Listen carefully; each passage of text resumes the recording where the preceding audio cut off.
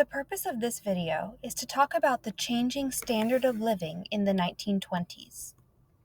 Standard of living means the comfort and luxury that a person can access. So some examples that you might have for your standard of living right now would be maybe your cell phone, grocery stores that you can go to buy food, clean water that you can drink, school bus that you can take to school, and access to a doctor. Each of these things provide you safety and comfort and help you survive, and also give you some freedom and some luxury and ability to do things that maybe aren't necessary, but that are nice. Before the 1920s, the standard of living was very different than it is today. Transportation before the 1920s was either walking, riding a horse, or using what we call a horse and buggy. This man is being pulled by a horse. He has no roof over his head. He feels every bump and rock that the wheels roll over. It was not a very comfortable way to travel. Before the 1920s, housing, especially in the cities, would have looked like tenement housing for most people. Remember, a tenement is a cramped apartment with lots of people living in it. It's not very sanitary, it's not very safe, it's not very comfortable. Chores, like household chores, would have all been done by hand. You would have washed your dishes by hand, you would have swept the floor by hand, you would have washed your clothes by hand. Everything took time and effort to get done inside your house. Communication looked like writing letters. There was no cell phone, there was no telephone, no Zoom, no way to communicate with people that you weren't right next to unless you wrote them a letter. And that could take a long time to get to the person you wanted it to get to. And finally, entertainment looked like books. There were no movies, there was no TikTok, there was no internet or anything like that. If you wanted to be entertained, you talked to somebody or you read a book.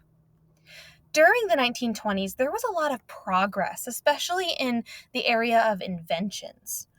In 1876, Alexander Graham Bell communicates for the first time to somebody across the country using a new invention, the telephone. This is not widely popular. Not a lot of people have telephones until around the 1920s. Around 1900, the invention of the radio actually comes to like radio how we know it today, where you can listen to music or listen to people talking over the radio. That just didn't exist before 1900. In 1903, the Wright brothers have their first successful flight in North Carolina in the Outer Banks, and that, again, not everybody is riding on a plane right away, but over time, over decades, planes are able to accommodate more people, they get bigger, they get safer, and so by the 1920s, planes are becoming a little bit more accessible for people. In 1908, Hoover creates the first vacuum. This may not seem like a big deal, but it means instead of taking an hour to sweep your whole house, you can vacuum the floors of your house in 20 minutes. And so that's 40 minutes that women get back that they didn't have before the vacuum. In 1911, the first movie comes out. There was no sound, it was silent. But in 1911, the first movie comes out. Before this year, going to the movies just wasn't a thing that people did because it didn't exist. And finally, in 1913, Henry Ford revolutionizes his factory, and he creates what becomes known as the assembly line, where people work along a conveyor belt, like you can see these women working here, and they complete the same task over and over as the conveyor belt moves the product past them. This means that things like the car that Henry Ford was building can be made more cheaply, and so more people can buy them. So just this small fact of using an assembly line creates a possibility for more people to have access to things like cars and other things that will be made using the assembly line. So changes to the standard of living that happened in the 1920s include using the Model T, that's Henry Ford's car that he was able to sell to more people because of the assembly line. Instead of cramped tenements, people can now use that car to drive to a house out in the suburbs. Suburbs are like an area outside of the city, kind of like Mechanicsville, where we're close to Richmond, but we're not in the city. We might be considered a suburb.